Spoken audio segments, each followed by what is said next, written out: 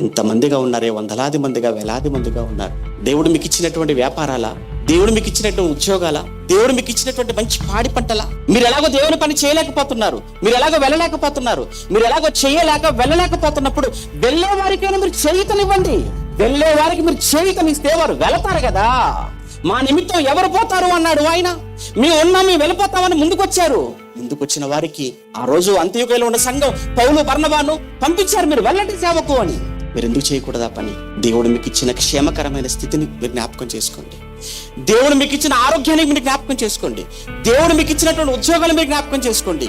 దేవుడు మీకు ఇచ్చిన కుటుంబాలను కూడా మీరు జ్ఞాపకం చేసుకోండి ప్లీజ్. ఏమంటే నిజంగా ఒక్కొక్క ఉద్యోగస్తులు, ఒక్కొక్క సేవకుడికి పోషణగా వెనకాల ఉండి నిలబడగలిగితే ఏమంటే సేవ ఎందుకు జరగదండి? ఎన్ని ప్రాంతాలకు వెళ్ళేదండి సేవ? ఎంతమందికి సత్యాన్ని వినిపించగలిగే వాళ్ళమండి? ఎందరికీ ఈ సువార్తను పరిచయం చేయగలిగే వాళ్ళం మనం మతం మార్చే వాళ్ళం కాదు. మతం మార్చమని దేవుడు చెప్పలేదు, బైబిల్ చెప్పలేదు, ఆ కర్మ మనకు పట్టలేదు. కేవలం మనసును మార్చే వాళ్ళమే మనం. క్రైస్తవుడు అంటే మనసు మార్చేవాడు. ఒక త్రాగుబోతును దాని నుంచి విడిపించగలిగేవాడు క్రైస్తవుడు.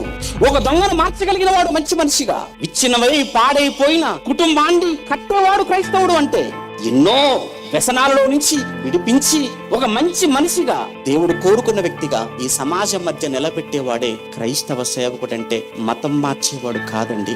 ఒకవేళ మతం మార్చేస్తే మళ్ళీ ఎవరో చోరీ మళ్ళా వెళ్ళిపోతాడు, మళ్ళీ వదిలిపెట్టొచ్చి అక్కడికి వెళ్ళిపోతాడు. ఒకసారి ఆలోచించండి. ఎందుకంటే సహకారుల పేర్లు కూడా ఏమన్నాడు తెలుసా? జీవ గ్రంథంలో రాయబడ్డాయి.